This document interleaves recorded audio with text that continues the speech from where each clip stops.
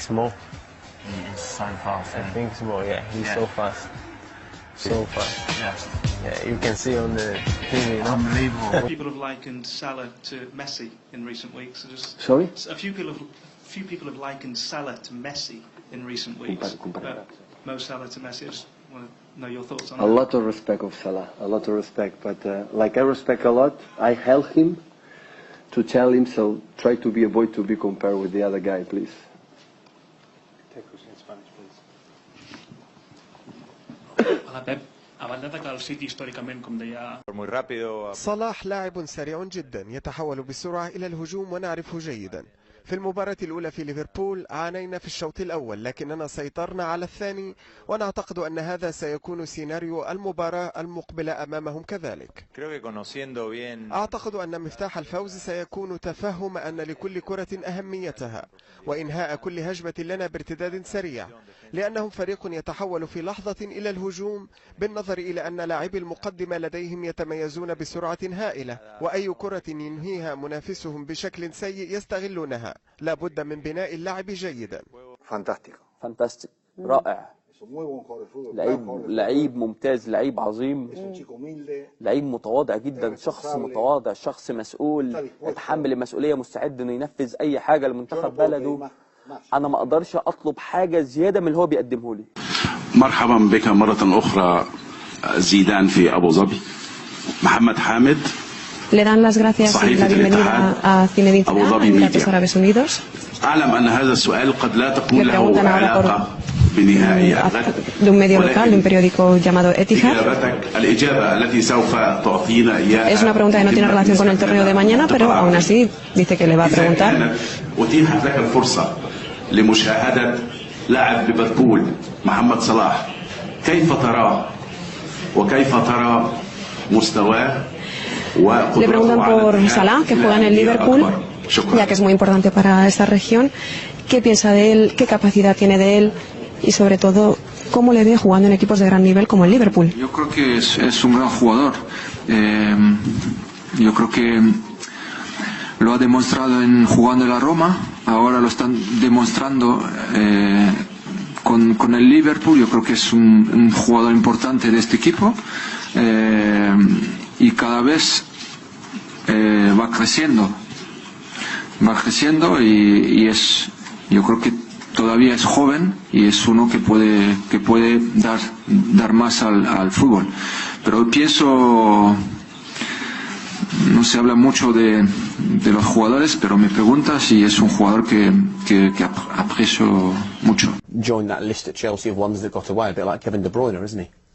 Yeah, he is, and it's difficult. I don't think there shouldn't be too much finger pointing. I was there with Salah. He was young. It was probably an early stage in his career.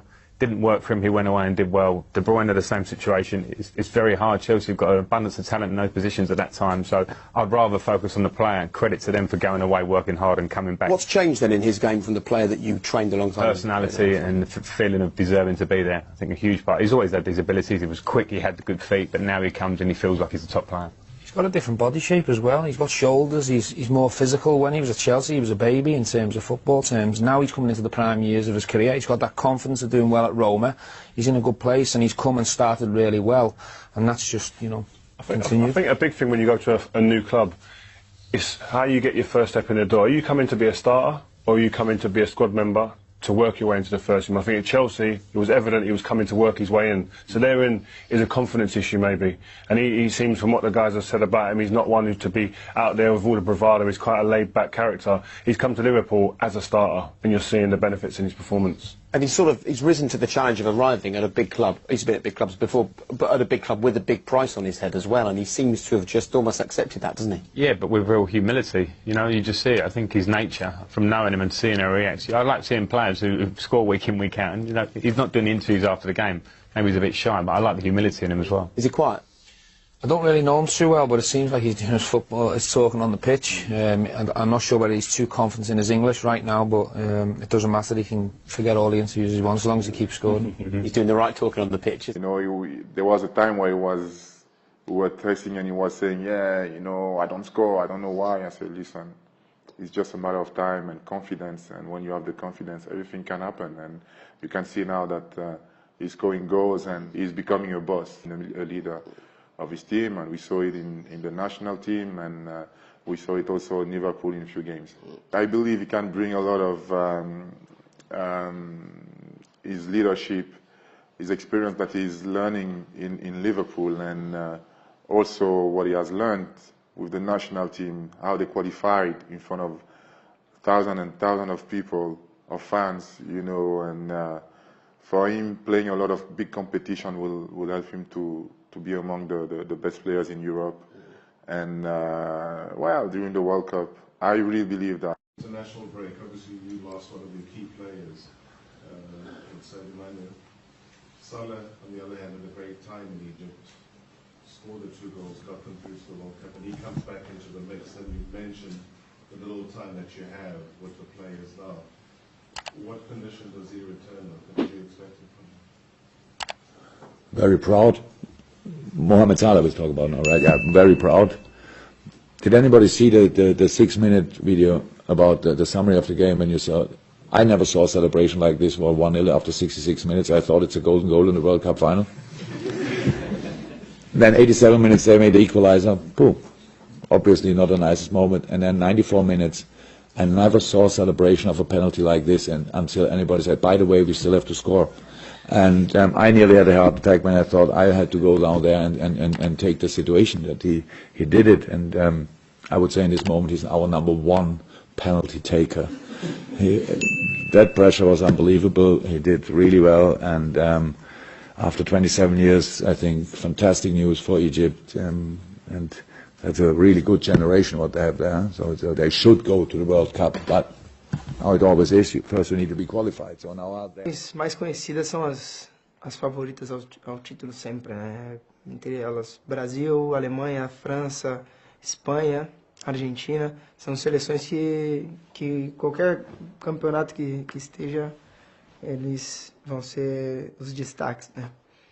Eu acho que de surpresa, acho que a Bélgica tem um excelente time. Salah vem muito bem, é um grande jogador, né? E acho que pode fazer diferença também na Copa do Mundo. Ask a question, right? Yeah. Who is your favorite player in?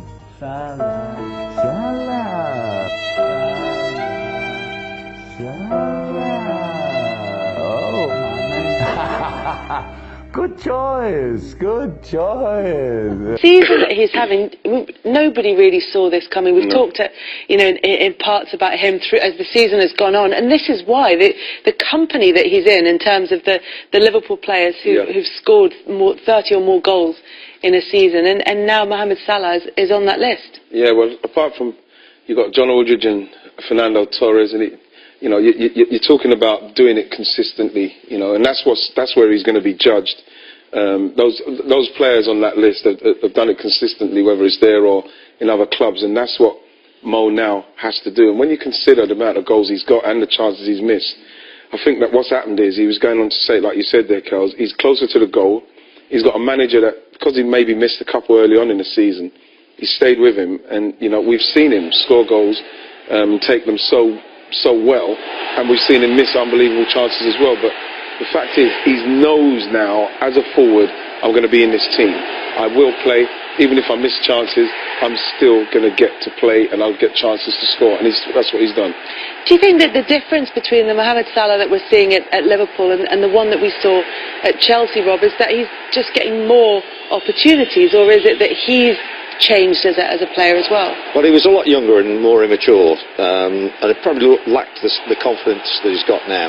He had lots of chances at Chelsea, and he missed a lot of chances at Chelsea. Didn't score with any real frequency, and that was his problem, because then he becomes a substitute all the time, and then he's got 15 minutes to make an impact, and maybe he gets 2 big chances and misses 2 big chances, so then you go, I'm not going to start with him. And I've got to say, I've got to hold my hands up here, because I was partly in the conversation that led to him being sold, because when I was talking with Jose, and he says, they won't give me any money for players, I've got to sell before I can buy in the transfer window. And I said, well, I can think of a couple you can get rid of. I said, Mo Salah and Andre Schürrle. Right, and the next thing, they're sold in the transfer window. And so every time he scores for Liverpool, my daughter's team, I sit there going, did I really say that? Oh, I wish he was still at Chelsea. So, but it's good for family relations.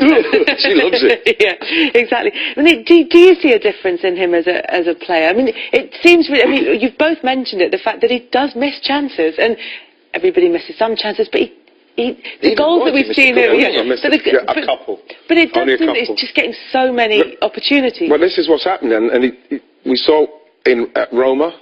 You know, he had opportunities because he was playing, and they had faith in him, and he stayed on the pitch. So if you miss a chance early, and back when we played, it was a natural thing for a forward. You miss a couple because that's what you do. You're there to score, of course, but you're going to miss some. But what I found what's happened in recent times is that players are getting taken off, forwards are getting taken off at 60 minutes, and what you want is you want to be able to play through those times, so as then you can, when defenders are tiring and chances are coming, you're able to be on the pitch to take the chances. But what's happened with Mo Salah, what obviously didn't happen with him at Chelsea, he didn't stay on the pitch long enough to get past these missing the chances phase, because once he comes off the pitch, he said, yeah, well, he missed a couple of chances. When he went to Roma, all of a sudden he started to blast, and he's come here, missed a couple of chances, but he stayed on the pitch. And then now he's got his confidence, and he is closer to the goal, and he's got great feet, great skill.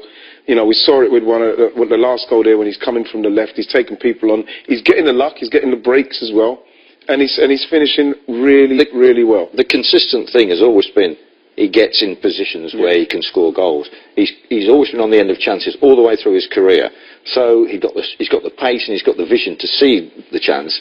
Now he's starting to convert them, and now he's got a manager who says, I don't mind if he misses a few, because I know he's going to score bundles, because he's always on the end of it. His pace will get him through. He's got one-on-ones. He's going to score more than he misses. So he's got that, as you say, that the faith of the manager. He's always had the pace to get in those positions. Now the manager's backing him, and he's rewarding the boss for the confidence. Absolutely.